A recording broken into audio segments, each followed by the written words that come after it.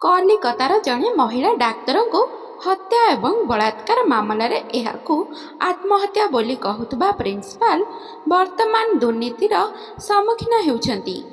ସେ ହୁଏତ ପ୍ରକୃତ ମାଷ୍ଟରମାଇଣ୍ଡ ହୋଇପାରନ୍ତି। ମହିଳା ଡାକ୍ତର ତାଙ୍କ ସହକର୍ମୀଙ୍କ ସହ ରାତ୍ରି ଭୋଜନ କରୁଥିବା ବେଳେ ଅନ୍ୟ ଜଣେ ଟ୍ରେନିଂ ମହିଳା ଡାକ୍ତର ଆସିଥିଲେ ଏବଂ ସେମାନଙ୍କ ମଧ୍ୟରେ କୌଣସି କଥା ପାଇଁ ଯୁକ୍ତିତର୍କ ହୋଇଥିଲା। ଟ୍ରେନିଂ ମହିଳା ଡାକ୍ତର ଆସିଲେ ଏବଂ ସେମାନଙ୍କ ମଧ୍ୟରେ କୌଣସି କଥା ପାଇଁ ଯୁକ୍ତିତର୍କ ହୋଇଥିଲା। ଟ୍ରେନିଂ ଡାକ୍ତର ତାଙ୍କୁ ଧମକ ଦେଇଥିଲେ ଯେ ସେ ତାଙ୍କୁ ଛାଡ଼ିବେ ନାହିଁ ଏବଂ ପରବର୍ତ୍ତୀ ସମୟରେ ତାଙ୍କୁ ଦେଖିନେବେ।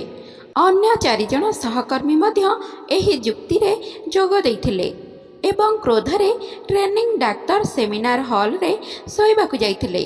ପରେ ସହକର୍ମୀମାନେ ବାହାରେ ଯାଇ ମଦ୍ୟପାନ କରି ଫେରି ଆସିଥିଲେ ଏବଂ ଯେତେବେଳେ ସେମାନେ ଟ୍ରେନିଂ ଡାକ୍ତର ସେମିନାର ହଲରେ ଏକୁଟିଆ ଶୋଇଥିବାର ଦେଖିଲେ, ସେମାନଙ୍କ ମନରେ ପ୍ରତିଶୋଧର ଭାବନା ଜାଗ୍ରତ ହୋଇଥିଲା। ନିଶାଗ୍ରସ୍ତ ଅବସ୍ଥାରେ ସେମାନେ ଡାକ୍ତରଙ୍କୁ ବଳାତ୍କାର କରି ହତ୍ୟା କରିଥିଲେ ଏବଂ ପରେ ସେଠାରୁ ଫେରାର ହୋଇଯାଇଥିଲେ। ଏହି ସମୟରେ ସଞ୍ଜୟ ରାୟ ତାଙ୍କୁ ଦେଖିଲେ ଏବଂ ସେ ଅନୁଭବ କଲେ ଯେ ସଞ୍ଜୟ ରାୟ ତାଙ୍କ ରହସ୍ୟ ପ୍ରକାଶ କରିପାରନ୍ତି। ତେଣୁ ସେମାନେ ତାଙ୍କୁ ଆଶ୍ଚର୍ଯ୍ୟର ବାହାନା କରି ସେମିନାର ହଲକୁ ଡାକିଥିଲେ। ପୂର୍ବରୁ ଅଶ୍ଳୀଳ ଭିଡ଼ିଓ ଦେଖିବାରେ ଅଭ୍ୟସ୍ତ ଥିଲେ ସଞ୍ଜୟ ରାୟ। ସେଠାରେ ସେ ପହଞ୍ଚି ମୃତଦେହକୁ ବଳାତ୍କାର କରିଥିଲେ। କେତେକ ସ୍ଥାନରେ ଏହା ମଧ୍ୟ କୁହାଯାଇଛି ଯେ ସେହି 4 ଜଣ ସଞ୍ଜୟ ରାୟକୁ ବଳିର ଛେଳି କରିଥିଲେ, କିନ୍ତୁ ସିବିଆଇ ଏହାର କୌଣସି ଠୋସ୍ ପ୍ରମାଣ ପାଇନାହିଁ।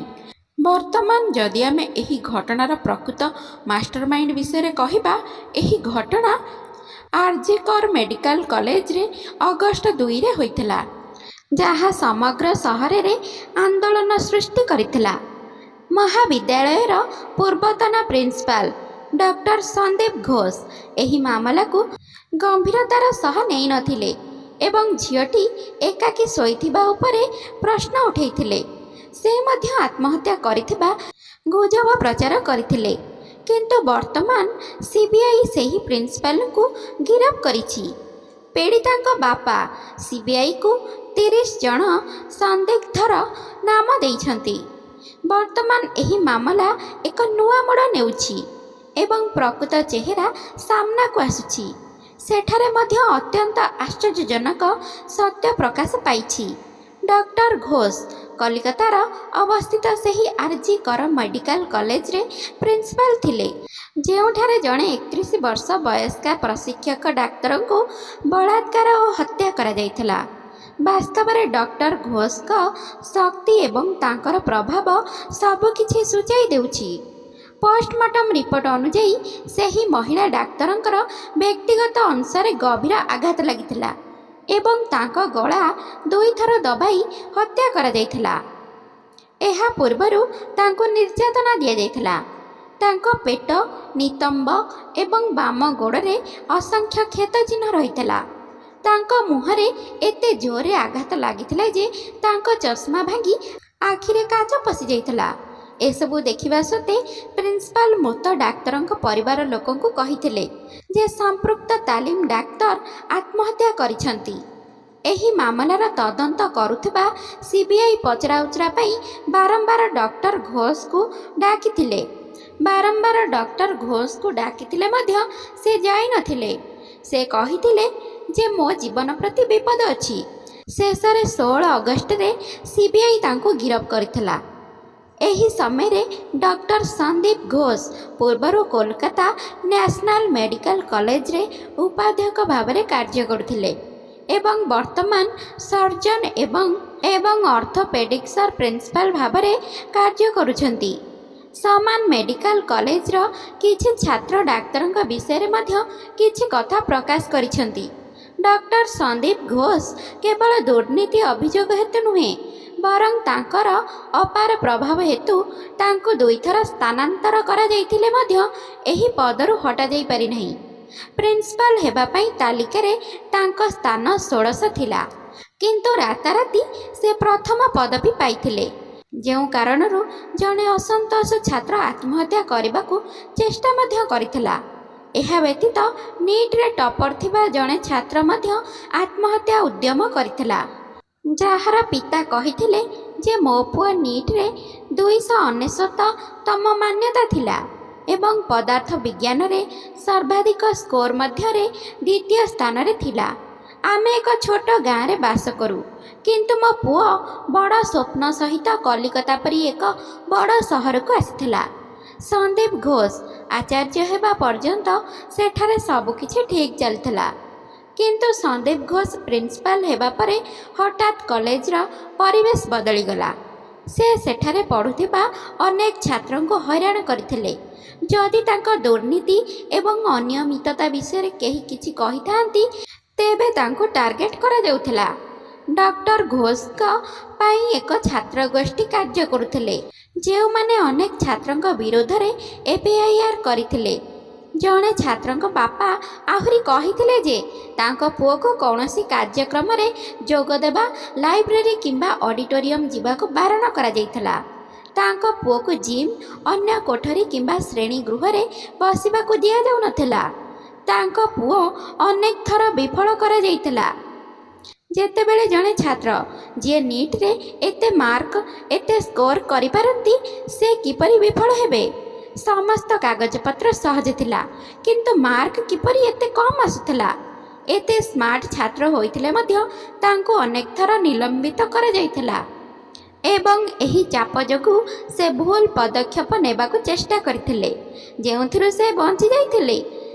ଆର୍ଜିକର ମେଡିକାଲ କଲେଜର ଜଣେ ପୂର୍ବତନ ପ୍ରଫେସର ତାଙ୍କ ନାମ ଗୋପନ ରଖିବା ସର୍ଭେରେ ସନ୍ଦୀପ ଘୋଷଙ୍କ ବିଷୟରେ କିଛି ସୂଚନା ଦେଇଥିଲେ।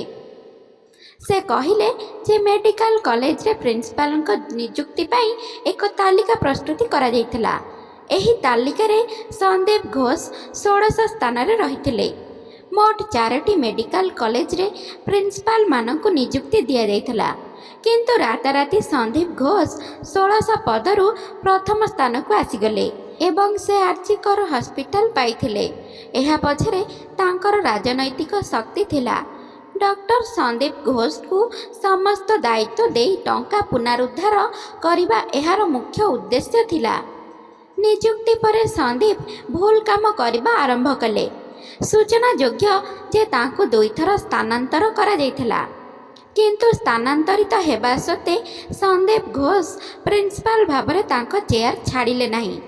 ଆହୁରି ମଧ୍ୟ ସନ୍ଦୀପ ଘୋଷଙ୍କ ଦ୍ୱାରା ଗଠିତ ଛାତ୍ରମାନଙ୍କ ଗୋଷ୍ଠୀ ଦ୍ୱାରା କଲେଜରେ ବଟି ଆଦାୟ କାର୍ଯ୍ୟ କରାଯାଉଥିଲା। ଡକ୍ଟର ଘୋଷଙ୍କ ବିରୁଦ୍ଧରେ ଅନେକ ପ୍ରକାରର ଅଭିଯୋଗ ଥିଲା, ତଥାପି କିଛି ଛାତ୍ର ଅର୍ଥାତ୍ ତାଙ୍କ ଗୋଷ୍ଠୀ ତାଙ୍କୁ ରକ୍ଷା କରିଥିଲେ। ସନ୍ଦୀପ ଘୋଷ ଏବଂ କିଛି ଛାତ୍ରଙ୍କ ନାମ ଏହି ପ୍ରସଙ୍ଗରେ ବଳପୂର୍ବକ ଟାଣି ନିଆଯାଉଛି। ସେମାନଙ୍କୁ ଭୁଲ ଭାବରେ ଉପସ୍ଥାପନ କରାଯାଉଛି। ସନ୍ଦୀପ ଘୋଷଙ୍କ ବିରୁଦ୍ଧରେ ଆନ୍ଦୋଳନ ଚାଲିଛି, କିନ୍ତୁ ସେ ଏତେ ବଡ଼ କଲେଜର ପ୍ରିନ୍ସିପାଲ ଥିଲେ। ତାଙ୍କ ବିରୁଦ୍ଧରେ ଆନ୍ଦୋଳନ କରିବା ବଡ଼ କଥା ନୁହେଁ। କିଛି ପ୍ରଫେସରଙ୍କର ମଧ୍ୟ ଡକ୍ଟର ଘୋଷଙ୍କ ସହ ସମସ୍ୟା ରହିଛି, ତେଣୁ ସେମାନେ ବର୍ତ୍ତମାନ ପ୍ରତିଶୋଧ ନେଉଛନ୍ତି ବୋଲି ତାଙ୍କ ଗୋଷ୍ଠୀର ଛାତ୍ରମାନେ କହୁଛନ୍ତି। ପ୍ରକୃତ କଥା ହେଉଛି, ମାଷ୍ଟର ମାଇଣ୍ଡ କିଏ? ଯଦି ଏହା ବାହାରକୁ ଆସେ, ତେବେ ସମସ୍ତଙ୍କ ନାମ ପ୍ରକାଶ ପାଇବ। ତେଣୁ ତାଙ୍କୁ ନିର୍ଦ୍ଦୋଷ ପ୍ରମାଣ କରିବାକୁ ଚେଷ୍ଟା କରାଯାଉଛି। ଡକ୍ଟର ସନ୍ଦୀପ ଘୋଷ ପ୍ରଭାବ ମେ 31, 2023ରେ ପଶ୍ଚିମବଙ୍ଗ ସରକାର ଡକ୍ଟର ସନ୍ଦୀପ ଘୋଷଙ୍କ ସ୍ଥାନରେ ଡକ୍ଟର ସନତ ଘୋଷଙ୍କୁ ମୁଖ୍ୟ ଭାବରେ ନିଯୁକ୍ତି କରିଥିଲେ, କିନ୍ତୁ 24 ଘଣ୍ଟା ମଧ୍ୟରେ ଏହି ଆଦେଶ ପ୍ରତ୍ୟାହାର କରି ନିଆଯାଇଥିଲା। 19 ସେପ୍ଟେମ୍ବର 2023ରେ ଡକ୍ଟର ଘୋଷଙ୍କୁ ମୁର୍ସିଦାବାଦ ସ୍ଥାନାନ୍ତରିତ କରାଯାଇଥିଲା, କିନ୍ତୁ ତାଙ୍କୁ ପୁନର୍ବାର 2 ଅକ୍ଟୋବର 2023ରେ ପୋଷ୍ଟ କରାଯାଇଥିଲା। 2023 ମସିହା ସନ୍ଦୀପ ଘୋଷଙ୍କ ବିରୁଦ୍ଧରେ ଅନୁସନ୍ଧାନ ପାଇଁ ଏକ କମିଟି ଗଠନ କରାଯାଇଥିଲା। ଏହି ସମୟ ମଧ୍ୟରେ ସ୍ୱାସ୍ଥ୍ୟ ସଚିବମାନଙ୍କୁ ଏହି ନିର୍ଦ୍ଦେଶ ପ୍ରତ୍ୟାହାର କରିବାକୁ ପଡ଼ିଥିଲା, ଯେଉଁଥିପାଇଁ ବର୍ତ୍ତମାନ କେବଳ ସଞ୍ଜୟ ରାୟ ନୁହେଁ, ବରଂ ଏହି ଘଟଣାରେ ଅନ୍ୟ 4-5 ଜଣଙ୍କର ସମ୍ପୃକ୍ତି ହେବାର ସମ୍ଭାବନା ପ୍ରକାଶ ପାଇଛି। ମୃତ ମହିଳା ଡାକ୍ତରଙ୍କର ବାପା କୌଣସି ପ୍ରକାରର ସାହାଯ୍ୟ ନେବାକୁ ମନା କରିଦେଇଛନ୍ତି। ସେ ମଧ୍ୟ ରାଜ୍ୟର ମୁଖ୍ୟମନ୍ତ୍ରୀ ତଥା ମମତା ବାନାର୍ଜୀଙ୍କର ପ୍ରସ୍ତାବକୁ ପ୍ରତ୍ୟାଖ୍ୟାନ କରିଛନ୍ତି। ଏ ବିଷୟରେ ସେ କହିଥିଲେ ଯେ ତାଙ୍କ ଝିଅ ସହିତ ଘଟିଥିବା ଘଟଣାର ନିଷ୍ଠୁର ବ୍ୟବହାର ବଦଳରେ ସେ ଟଙ୍କା ନେଇପାରିବେ ନାହିଁ। ଏହା ତାଙ୍କ ଝିଅର ଆତ୍ମାକୁ ଶାନ୍ତି ଦେବ ନାହିଁ। ସେ କେବଳ ନ୍ୟାୟ ଚାହୁଁଛନ୍ତି। କିଛି ଗଣମାଧ୍ୟମ ରିପୋର୍ଟ ଅନୁଯାୟୀ ଆର୍ଜି ମେଡିକାଲ କଲେଜ ଏବଂ ହସ୍ପିଟାଲର ଜଣେ ଟ୍ରେନିଂ ଛାତ୍ର ମଧ୍ୟ ଏହି ମାମଲାରେ ଜଡ଼ିତ ଅଛନ୍ତି। ଟ୍ରେନିଂ ଛାତ୍ରଙ୍କ ସମେତ ଏହି ମାମଲାରେ 4ରୁ 5 ଜଣ ସମ୍ପୃକ୍ତି ଥିବା ଦାବି କରାଯାଉଛି।